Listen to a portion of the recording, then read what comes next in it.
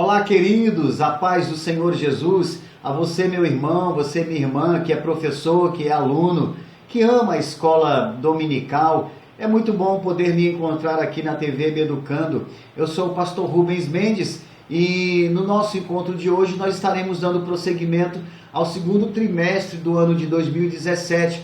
E nesse trimestre nós temos estudado acerca do caráter cristão, moldado pela palavra de Deus e provado como ouro. E nesse nosso encontro, nós estaremos aqui refletindo acerca da lição de número 3, que tem como título Melquisedeque, o Rei de Justiça. E na aula passada, na lição passada, nós estudamos acerca do caráter de Abel, né? Um caráter que agrada a Deus. E vimos ali a principal nuance do caráter de Abel estava justamente no fato dele apresentar ou procurar oferecer a Deus o melhor que ele tinha, a melhor oferta, né?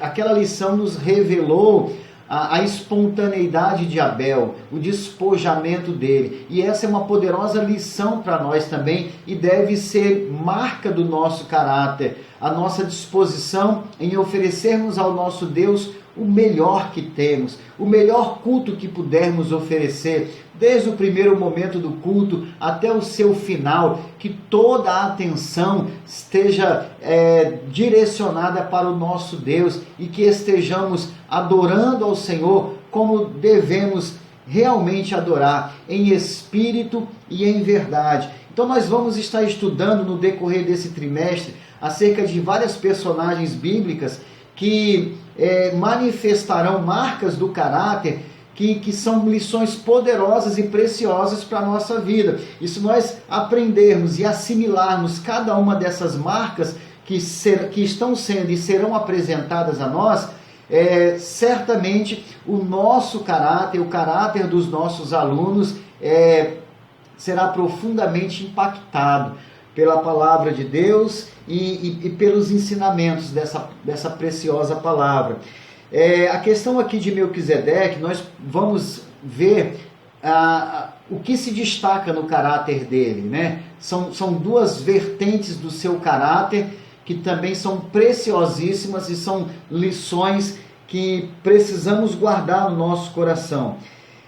O textual está registrado na carta aos Hebreus, no capítulo 7, no verso 17, que diz assim: porque dele assim se testifica, tu és sacerdote eternamente, segundo a ordem de Melquisedeque. Então, quando nós nos aprofundamos aqui no estudo etimológico da palavra Melquisedeque, nós vamos ter no original hebraico, né, o Malki-Sadek, que significa rei de justiça. Então, o próprio nome de Melquisedeque já apontava para essa nuance do seu caráter, né? Ele era rei de justiça, ele era um justo, mas ele era também rei de Salém, rei de paz. Então podemos perceber ou pensar aí do caráter de Melquisedeque duas lições para nós. Uma, que o caráter dele era profundamente justo. A outra, que o caráter dele era o caráter de um pacificador, um semeador de paz. E como nós temos observado, Melquisedeque é um tipo de Jesus, né? É uma sombra de Jesus.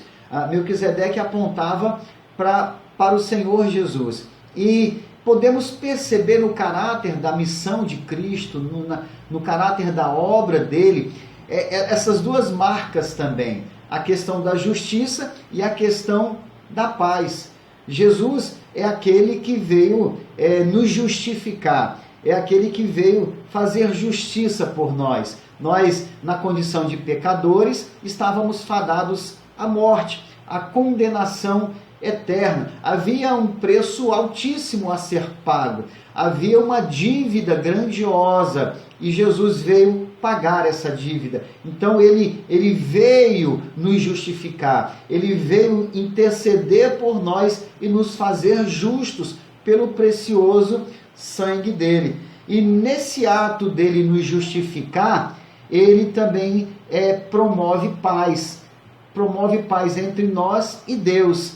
no que Paulo fala acerca do ministério da reconciliação, a reconciliação do homem caído para com Deus. Então Jesus ele veio também mostrando, revelando essas duas nuances do caráter que podemos perceber em Melquisedeque. Jesus tanto veio estabelecer justiça, como veio também promover paz. E em Apocalipse, no capítulo 2, na carta ao anjo da igreja de Pérgamo, no verso 17, diz o seguinte, o texto bíblico: quem tem ouvidos ouça o que o Espírito diz às igrejas. Ao que vencer darei eu a comer do maná escondido, e dar-lhe-ei uma pedra branca, e na pedra um novo nome escrito, o qual ninguém conhece, senão aquele que o recebe. Então nós podemos perceber uma prática que era muito comum no Antigo Testamento, quando, por exemplo, alguém se apresentava a um juiz, alguém tinha alguma causa pendente, e estava debaixo de um processo, né, por assim dizer, e aquela pessoa ia se apresentar ao juiz para receber a sua sentença, ou a condenação, ou a absolvição. E quando essa pessoa, ao ser julgada, ela era livre, ela era absolvida, essa pessoa recebia uma pedrinha branca. Aquela pedrinha branca, na verdade, era a testificação de que aquela pessoa foi julgada e foi inocentada. Aquela pedrinha branca lhe garantia a liberdade. E esse texto nos mostra exatamente que aquele que vencer, né, aquele que for fiel ao Senhor até o último momento, vai receber uma pedra branca. E nessa pedra branca vai estar gravada o seu novo nome. Então é como se nós estivéssemos nos apresentando ante o Supremo Juiz, e aí o juiz observará que na vida daquele que nasceu de novo, na vida daquele que se rendeu ao senhorinho de Jesus, ali vai estar salpicado o sangue do Cristo. E por conta disso, sobre essa vida haverá justificação. E mediante essa justificação, essa pessoa receberá essa pedrinha branca com um novo nome escrito, um nome diferente, um nome que prenuncia uma nova vida. Então é muito especial essa obra do Senhor Jesus e essa marca do caráter dele, né? Ele é justo, ele é ícone de justiça. A verdade prática nos diz assim: o sacerdócio de Cristo é superior a todos os sacerdócios, pois ele é o sumo sacerdote, perfeito e eterno. E por que ele é perfeito? Primeiro, pelo fato dele não ter tido pecado algum, ele não precisava, como os demais sacerdotes, estar apresentando sacrifícios contínuos para a remissão dos próprios pecados e também para a remissão do pecado do povo, dos pecados do povo. Então, o sacerdote, por exemplo, o sacerdote levítico, né, ele, ao ir à presença de Deus, ele precisava fazer uma série de rituais de purificação.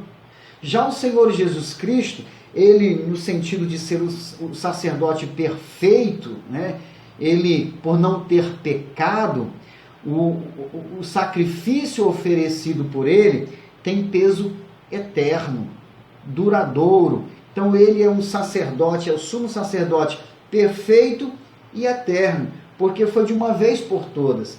O sacrifício dele, e ele foi o próprio sacrifício, o sacrifício dele tem um peso eterno, tem um desenvolvimento, tem uma reverberação para toda a eternidade. Louvado seja o nome do Senhor. Nós, na nossa leitura bíblica em classe, nós temos aqui dois textos em dois livros distintos. Em Gênesis, no capítulo 14, do verso 18 ao verso 19, onde vem falando a questão do encontro de Melquisedeque com Abraão, quando Abraão estava regressando ali daquela batalha contra os reis, né? E também ainda na leitura bíblica em classe, há aqui um fragmento do texto de Hebreus no capítulo 7, do verso 1 ao verso 7, e o versículo 17 também. Então nós temos aqui dois dos 3 livros na Bíblia que mencionam a figura enigmática de Melquisedeque. Nós temos o livro de Gênesis, no capítulo 14, nós temos a carta aos Hebreus e também o Salmo de número 110. Salmo 110 também menciona ali, Davi menciona a pessoa de Melquisedeque. A introdução aqui da nossa lição, eu queria destacar o seguinte: Melquisedeque é um personagem enigmático na história bíblica, mas ele foi um verdadeiro adorador no meio de uma gente idólatra e corrompida. Então, Melquisedeque era um rei cananeu, né? Mas mesmo vivendo no meio dos cananeus, um povo pagão, um povo corrompido e idólatra, de alguma forma Deus se revelou a Melquisedeque e Melquisedeque correspondeu a essa revelação. Assim como Deus também se revelou a Abraão, então Abrão, quando ainda lá na Caldeia, né, porque Abrão era caldeu, e Deus se revelou a Abrão e Abrão correspondeu a essa revelação. Então, mesmo nos tempos antigos, haviam já justos peregrinando pela terra, homens que se inclinaram para Deus e buscaram ouvir ao Senhor e a obedecê-lo, né? Melquisedeque foi um dos tais. Melquisedeque, rei de Salém, trouxe pão e vinho para Abraão, né? Quando Abraão voltava da guerra, Melquisedeque, ele trouxe ali para Abraão pão e vinho.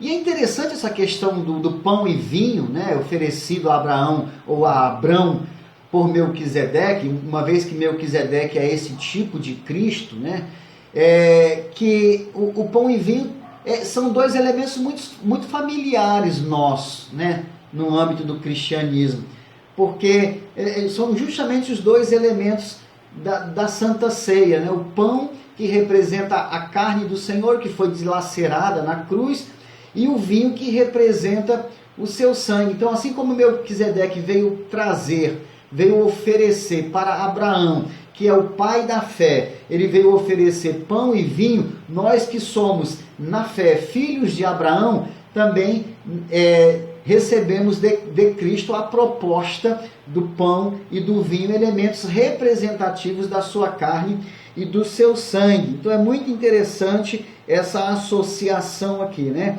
Até nisso existe uma similaridade muito grande entre esses 2 sacerdotes. A primeira parte aqui da nossa lição fala, na verdade, acerca de Melquisedeque, diz assim: quem era Melquisedeque? E o tópico 1 da primeira parte diz: um personagem misterioso.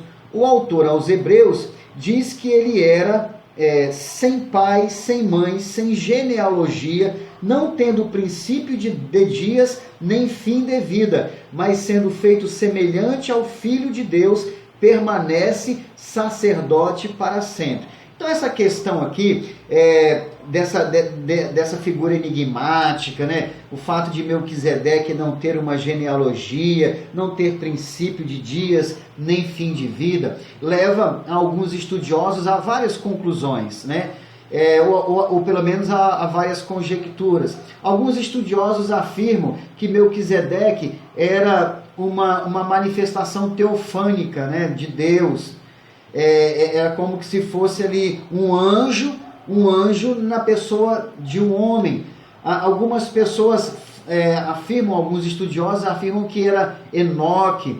E existem aqui várias abordagens para a questão de Melquisedeque, mas a mais plausível mesmo era que Melquisedeque era um homem. E o fato dele ter aqui, nessa narrativa em Hebreus, o fato dele não ter genealogia, não ter princípio de dias, nem fim de vida, está muito ligado à questão por ele ser cananeu e o povo hebreu ali, o povo judeu, não ter qualquer conhecimento acerca da origem genealógica, né, de Melquisedeque. Então, por isso, o autor aos Hebreus, ele acabou registrando assim, olha, não tinha genealogia, mas não é porque ele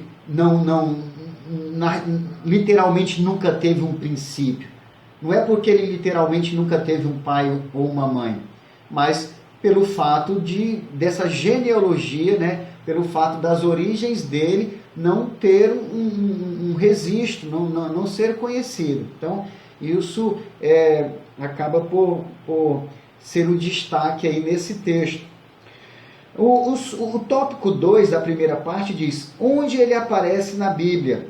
Melquisedeque aparece na história bíblica quando Abraão retornou de uma jornada arriscada na qual salvara seu sobrinho Ló, que havia sido levado preso com toda a família. Então a gente pode perceber aqui essa aparição repentina na história, né? Muito rápido. Melquisedeque, ele em meio aí ao desencadear de uma história onde Abraão ele tomou conhecimento de que o seu sobrinho Ló havia sido levado cativo por conta de uma guerra que teve na região de Sodoma e Gomorra. Ló habitava em Sodoma e como Sodoma foi dominada, as pessoas de lá foram levadas cativas, né? E Ló foi junto nesse cativeiro. Então Abraão, ao tomar conhecimento disso, ele reuniu ali os seus 318 e ele foi para a peleja. E é o único momento da Bíblia que se tem registro de Abraão como um guerreiro, né?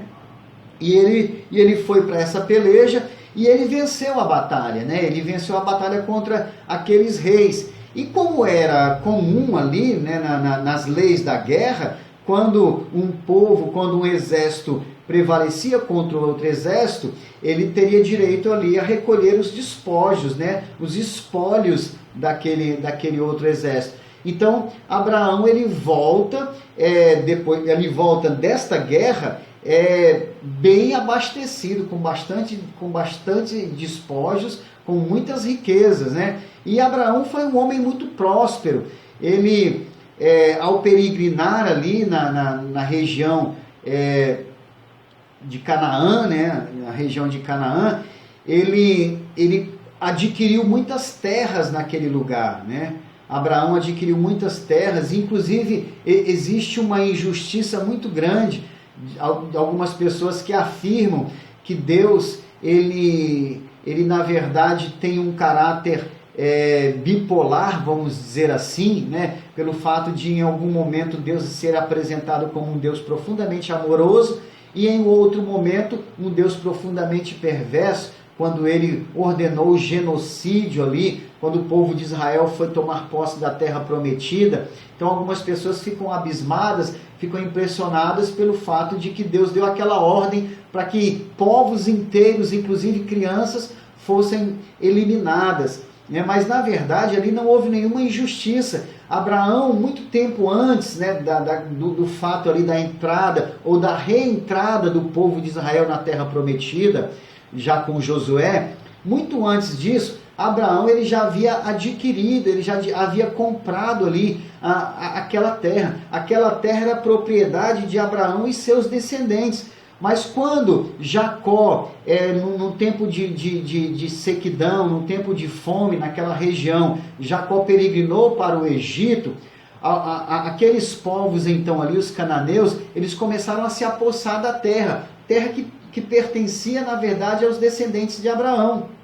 E o povo foi se apossando. Então, os israelitas passaram vários séculos no Egito, e quando eles então saíram do Egito para tomar posse da terra, na verdade eles não estavam ali tomando posse de uma terra que era diferente, de uma terra que não lhe era familiar.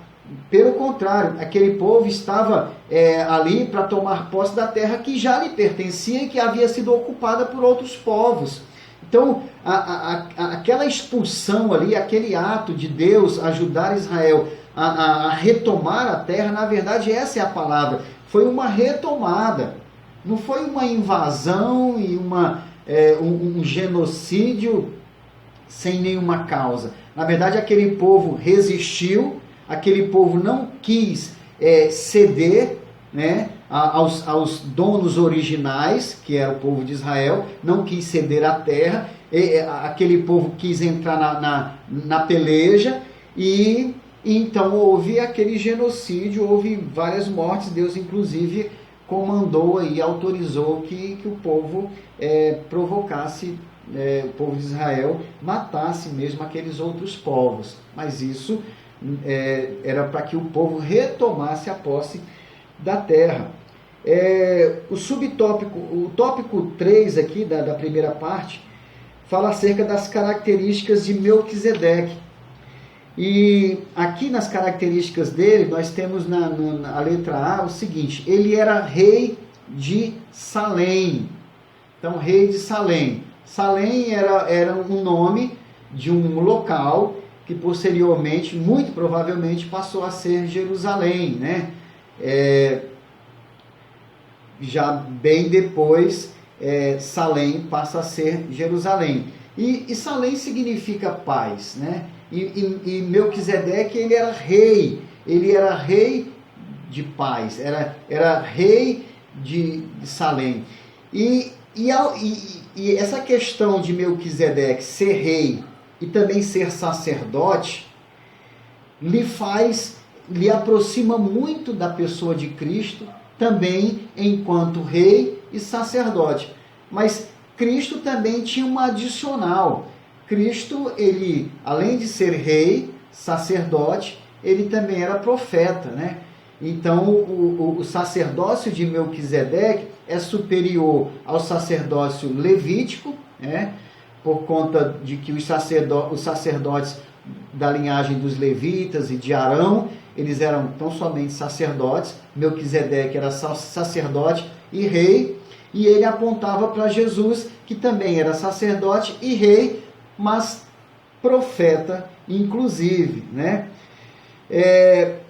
Melquisedeque também era sacerdote do Deus Altíssimo, e nós comentamos isso, né? Que ele era rei de Salém e sacerdote do Deus Altíssimo. Segundo Gardner, Melquisedeque conhecia a Deus por meio de uma tradição que se espalhou após o dilúvio ou devido a uma revelação sobrenatural. Percebeu que Abraão servia ao mesmo Deus, né? Então não havia impossibilidades, muito embora não se fosse apregoado ali naquela terra de uma forma tão farta, né, acerca da pessoa de Deus, e tão clara como hoje, por exemplo, nós temos essa mensagem de uma forma tão clara, tão óbvia.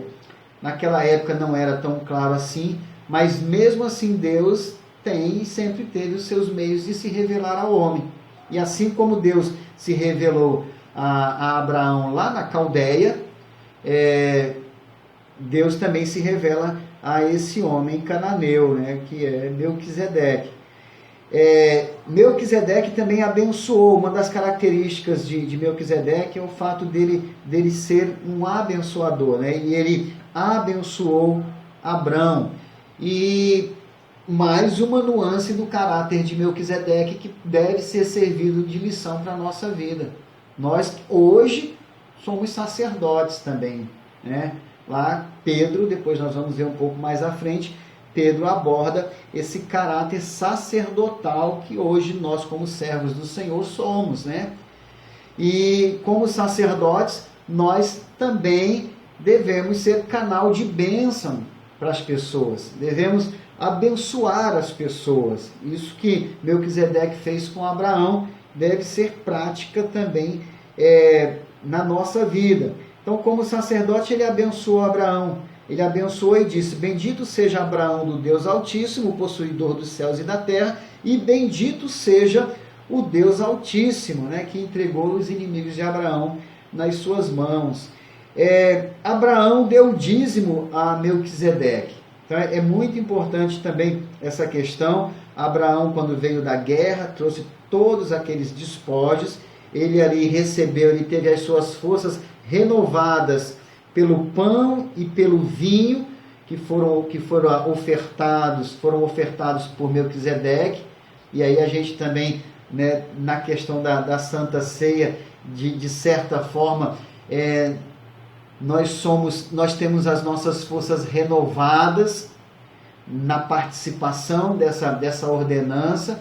porque é na participação da ceia do Senhor que nós estamos reafirmando a nossa comunhão com o Cristo.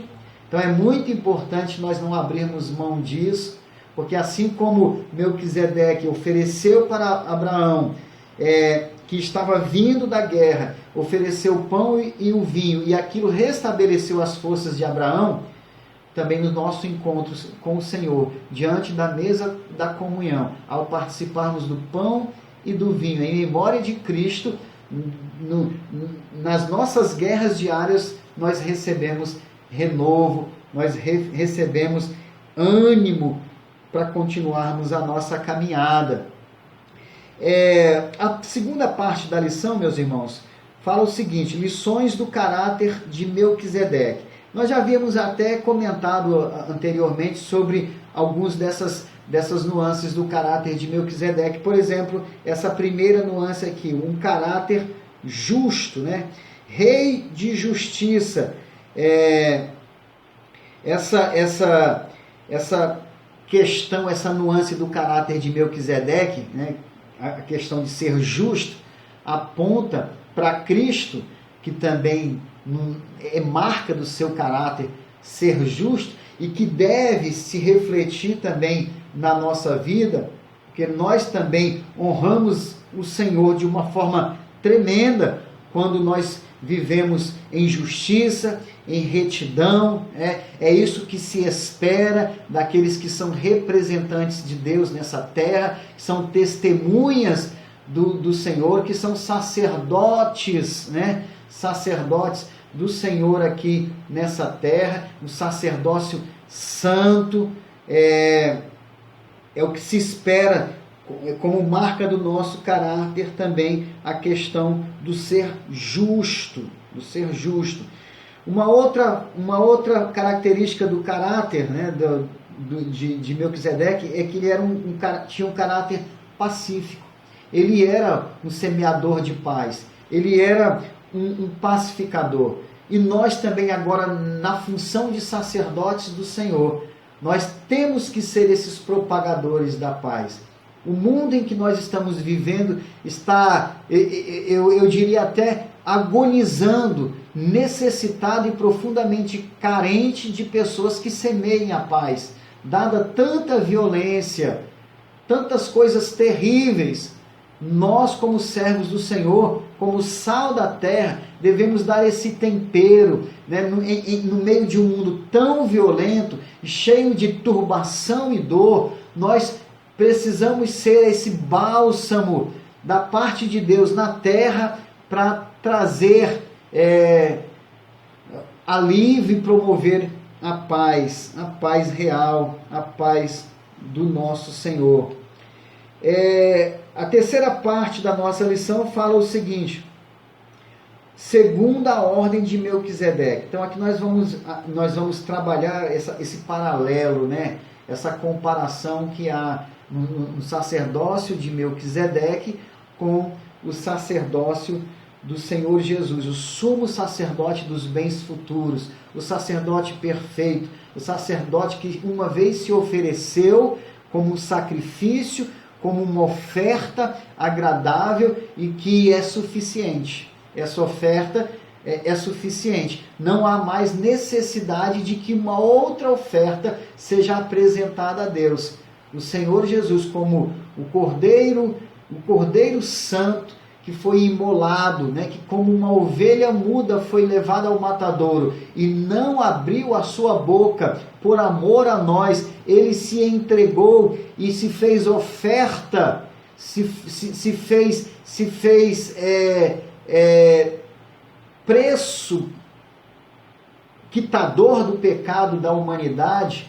Isso que ele fez tem peso eterno e não é necessário que nada mais seja feito, apenas que em cada um de nós haja a disposição de aceitar esse sacrifício substitutivo do Senhor, nos rendermos, agradecermos a Ele e nos rendermos ao senhorio dEle, para que o sangue dEle esteja sobre a nossa vida. E aí Deus, ao olhar para nós, mesmo tendo falhas, erros e pecados, o Senhor veja o sangue do seu amado Filho aspergido sobre a nossa vida, e é isso, e tão somente isso, que nos faz justos e justificados na presença do Senhor. A segunda ordem de Melquisedeque é um novo sacerdócio. Então aqui nós temos a questão dessa comparação que o autor aos Hebreus, né, faz acerca do sacerdócio de Cristo com o sacerdócio de Melquisedeque. Até porque o autor aos Hebreus, escrevendo ali a sua epístola inicialmente aos judeus, e tendo que apresentar Jesus como um sacerdote, mas sendo conhecedor de que Jesus não era levita, né, não era da tribo de Levi, era da tribo de Judá. Então Jesus, ele pelo menos perante os judeus ali, ele não tinha o direito legal de ser sacerdote, de ser considerado sacerdote por causa da sua linhagem.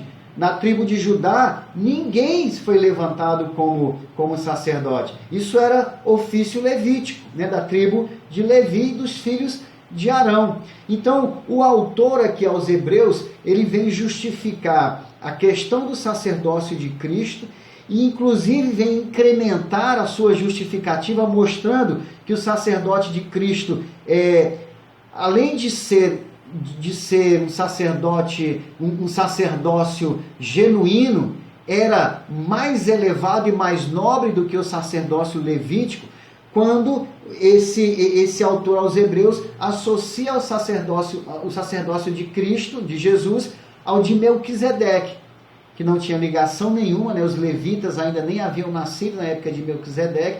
Então, o escritor aos Hebreus, ele faz essa associação, esse link do sacerdócio de Jesus com o sacerdócio de Melquisedeque, inclusive registrando aqui o fato de Melquisedeque, né, não ter genealogia, sem início de dias nem fim, e faz essa associação mostrando que Jesus, como sacerdote ali, ele era segundo a ordem de Melquisedeque, logo uma ordem ainda mais elevada, porque se Abraão entregou o dízimo a Melquisedeque, então Melquisedeque provavelmente e comprovadamente era alguém de muita importância.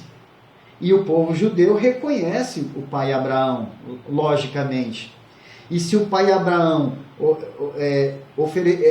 entregou o dízimo a Melquisedeque, não tem como o povo judeu desconsiderar a figura de Melquisedeque, que era mais importante que Abraão. E Jesus é associado, então, a Melquisedeque. Louvado seja Deus. Dessa forma, nós, os cristãos, estamos debaixo do sacerdócio de Cristo, no qual todos somos considerados sacerdotes reais, com missão muito elevada. E aqui na primeira carta de Pedro, no capítulo 2, no verso 9, fala acerca desse sacerdócio real, né? Nós somos nação, nós somos povo escolhido, nação santa, somos sacerdotes reais do nosso Deus. Aqui o tópico 2 diz o seguinte: Jesus Cristo, o sacerdócio perfeito. Então, nós já comentamos acerca desse caráter sacerdotal e da abrangência, né, sacerdotal, do ministério sacerdotal de Jesus, que é uma abrangência eterna, pelo fato desse sacerdócio ser um sacerdócio perfeito. Não houve manchas, não houve pecados na caminhada, no ofício sacerdotal de Jesus, por isso ele é perfeito. Então, meus queridos irmãos, que Deus esteja a lhe abençoar, que você possa estar aí tendo uma terceira aula junto com a sua classe, com os seus alunos, de muita profundidade, muito aprendizado, que o Espírito Santo de Deus esteja, através de cada uma dessas lições, trabalhando e forjando o caráter de cada um de nós. E se houver alguma rebarba, se houver alguma coisa que ainda insiste em fazer parte do nosso caráter, que pelo poder da palavra e pela ação do Espírito haja esse trabalhar do Senhor em nossa vida. Que Deus em Cristo te abençoe em nome de Jesus. Amém.